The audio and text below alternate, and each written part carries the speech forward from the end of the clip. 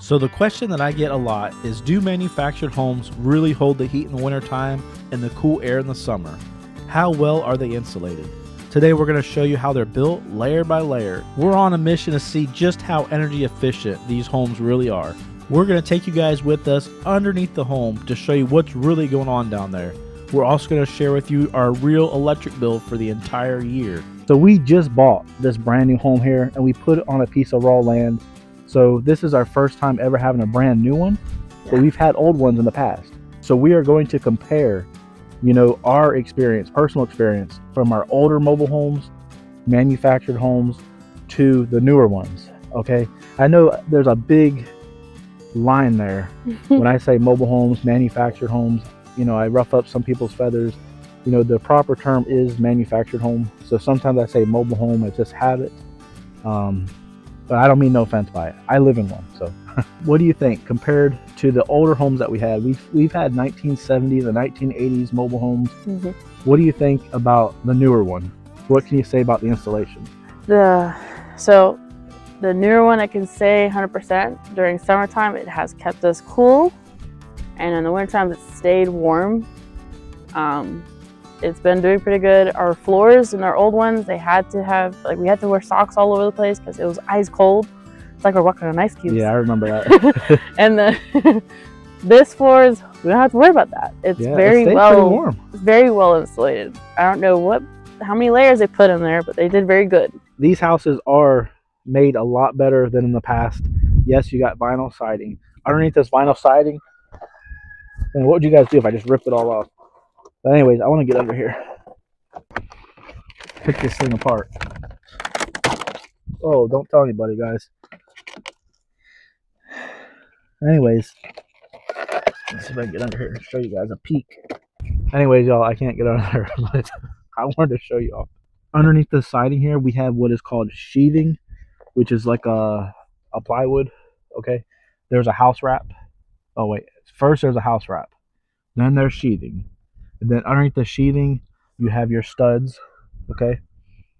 And then between the studs, you have insulation, which is a really good R value.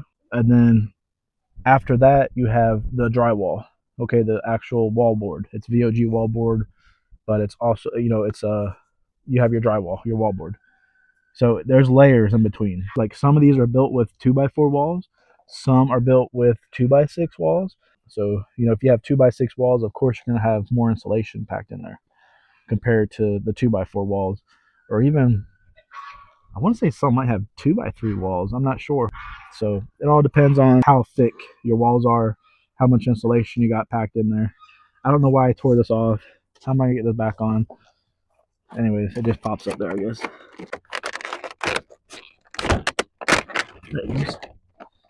Good as new.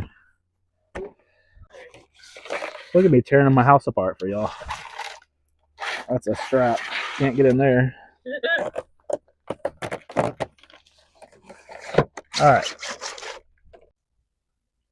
So now I am underneath of our house here.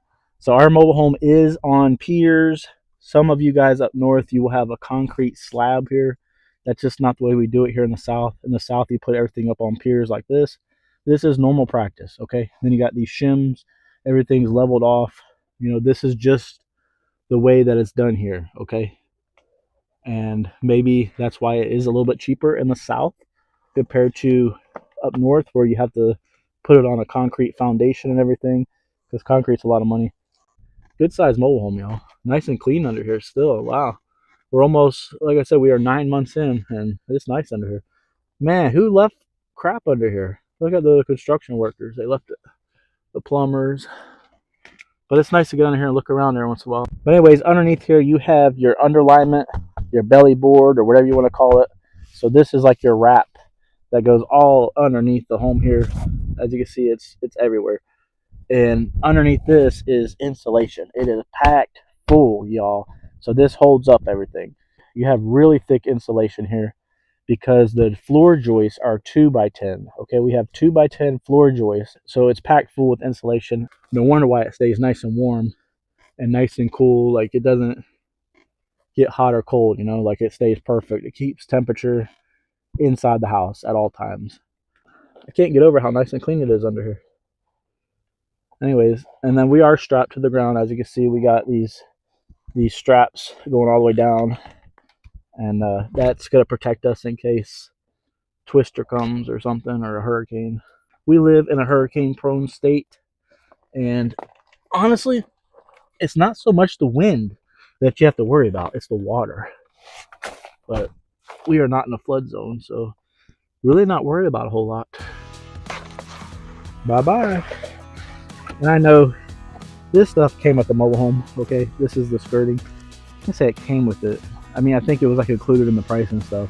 You could have upgraded, you know, which one day I would like to do, like the brick siding. You guys know what I'm talking about, like the bricks. Like it would look really nice, I think.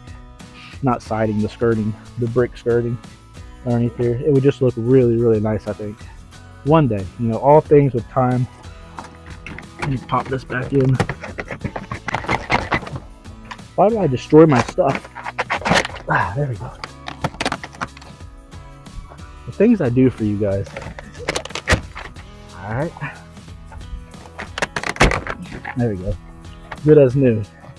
As far as the roofs, I can say we've owned older mobile homes and manufactured homes from the 70s and 80s, and I can tell you from firsthand experience that the roofs, the actual trusses were made out of 2x2s, and the way they did it, they had them like braced together and stuff. It was like a weird system, but it was engineered properly. I mean, they were pretty strong, but they weren't, you know, they were kind of flimsy, especially if you want to do a roof over or something.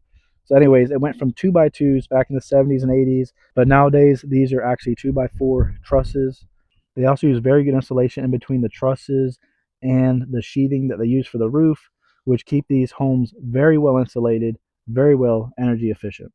Made much better. You know, mobile homes, manufactured homes have come a very long way. They are not made the same way that people think. Yeah, I can definitely say that we do notice a huge difference, especially having children. You know, we have 2 toddlers, and you want to keep them warm in the wintertime, and we keep the house at 72 at night. Mm-hmm. Now, I don't know if that's warm or cold for y'all, but for kids, you know, we have to keep it somewhat warm for them. And then in the summertime, we keep it at, what, 74?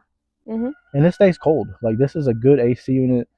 It's very well insulated. So, like I said, this home compared to our other homes, because our other homes that we had, I mean, it seemed like the AC unit never stopped. It always ran, you know.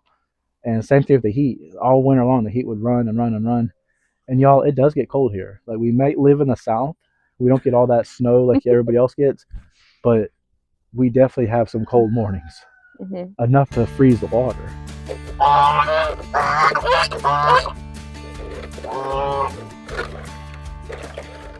Yeah, so our home, we have what is called a package AC unit. So what it is, it's everything all in one unit right here on the outside. You know, some AC units, you have an air handler on the inside, like in a closet or something, that has like the heating element in there and everything. This has everything built in right into it. You know, your heat and your AC, everything comes from this one box on the outside. There's only one piece to it, and it's been working amazing. So now we're at the back of the home here, and you guys look at the size of this home. You know, like, this is actually pretty big. This is 1,820 square feet. So it's a pretty good sized home. You know, it's not small by any means, and it's not super huge by any means either. So our last homes that we had, like Amanda said, we had a 1977, I believe, was the first one we flipped, and then the second one was a 1988 something. So anyway, they were all older ones. We never had a newer one like this. And not just older, they were smaller. So our first one was 1,200 square feet. The second one was 900 square feet. Our electric bill is higher here than it was in the past, but this is twice as big as any home we've ever had. You know, we've never had a home this big. So I'm going to go over the actual electric bill with you guys. Here's what everybody's waiting on. You guys love numbers, and I love sharing them with you. So I'm 100% honest when I come down to this. These are our actual numbers for the house. Let's go around front and I'll tell you. Keep you guys waiting another minute. So here's the actual numbers. Here in my hand is my electric bill. Okay, and I've written down every electric bill that I've had since we lived here. Okay, we've been here 8 months now. 9 months. We've been here 9 months. This is off of my electric bill. Okay, so yours might be higher, yours might be lower, but here's how you can calculate it. Our current rate is 10 cents a kilowatt. That's what we pay here. 10 cents per kilowatt. Okay, so if I use 1,000 kilowatts, my electric bill is going to be $100. Okay, just for an example. I'm going to give you the electric bill. Now remember, there's about $50 worth of fees here. You got facility fees, we got storm recovery fees, taxes and crap. So there's like $50 a month worth of just fees. But I'm going to leave everything intact because this is our actual electric bill.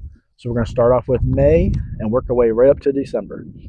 Okay, it's January now, I know, but I don't have the bill for January yet. But anyways, we got here in May. Okay, our very first electric bill was $28. Okay, everyone's like, "What? How'd you have a $28 electric bill?" Well, guys, the electric didn't get turned on until like May 28th or something. So yeah, I don't know when it was, but anyways, it's the tail end of May. We had a $28 electric bill. Okay, in June, our electric bill jumped up a little bit, $158.10. So it did go up quite a bit. Okay, July and August, the hottest months of the year. Okay, AC is running full blast. $217.88 was July, and then August followed a little bit higher, $220.73. So a little bit higher in August. July and August were the two hottest months. All right, now for September. Now September, it starts cooling off a little bit. You start getting some cooler nights. $197.17. October. Now it's really starting to cool off a little bit. Our cheapest bill ever was actually October. $163.90. Now remember, that's 1,800 square foot home. So that was October. $163.90. November, it starts going back up again. What's happening? You guys, we live in an area where we have very mild winters, but when it gets cold, it seems like it gets cold for us. You guys up north that live in the really cold areas, you wouldn't even crank your heat on for temperatures that we crank it on. If it gets below 70 degrees here, we got the heat on. you know. But anyways, so our heat is set for 73 degrees in the house. Is that right? I think that's right. We have toddlers. I can't. We have little kids that are 1, 2 years old. I don't know how old my kids are. 2 and 4. Anyways, we have kids. We have to keep it warm for them. And anyways, so November, our electric bill went up $188.09. Okay. And then December, our highest bill yet. No, it wasn't as high as summertime. So let's get a little bit higher. December, $193.77. So I could say year round. Now we're in January, okay? But remember, electric's a month behind, so I don't know how much January is yet. I can guess it's going to be probably around $200 again. And that's because we're having really cold mornings and cold nights. And in the daytime, it's still pretty chilly out here. And I keep the house toasty in there. I don't know. But anyways, that is our electric bill. Those are real numbers, y'all. And that's how much an electric bill is on an 1,800 square foot mobile home for people who run a lot of heat and a lot of AC. Okay, it's always on. Whether it's heat or AC, we're always running it. So our electric bill averages around $200 a month. Okay. All right, so the moral of the story is, should you have a mobile home electric bill? Of course. You want to just sit in the dark? I don't know. I don't know what the moral of the story is. I just want to share with you guys real numbers because that's just what we do here. We love to share with you guys and tell you the truth, exactly how much things cost. So if you guys are interested to see how much this mobile home actually cost us, I'm going to leave that video right here in the corner. Or maybe it's right here. It's on one of these sides, you guys. Just click on that video and you'll see the actual cost that we paid for this here mobile home. Manufactured home. I don't get in trouble. It's a trailer. Shh, don't you dare say that. It's a bad word. No, we love this home. We're not making fun of it at all. Amanda and I, we have lived in manufactured homes for the last 10 years.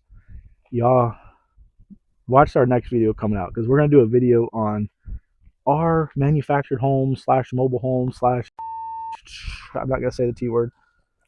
Do they hold value? Because a lot of people's like, oh, they don't hold value. I got news for you guys. I'm not by any means bragging, but how do you think I paid for this? This is a brand new home. We are mortgage free. I paid for it by flipping mobile homes. So we're going to go through that. We're going to actually take you guys on a trip with us. We're going to start with our very first flip. It's all on video. It's all recorded. We're going to go through and share with you guys what we paid for it, what we flipped it for, what we bought next, what we paid for it, what we flipped it for, all the way up until we got to this. So that's going to be a video series that's going to be starting here soon. And it's pretty fun, you guys. It's exciting. We had a lot of fun flipping houses. I just told you guys, are they profitable? Yeah, they are. But certain situations, you know, and that's a whole nother video. We're going to go over that because it all depends on location, depends on whether or not you own the land. It depends on a lot of factors. But can manufactured homes, mobile homes be profitable? Can they hold value? Certainly they can. And in some situations, no, they can't. But we're going to go over all that. That's in another video. You guys are going to have to stay tuned for that one. So I hope that you guys found this video useful. Maybe it was entertainment. Remember to check us out, y'all. We have a ton of mobile home content. We have a lot of tours on the channel. Just go check it out, y'all.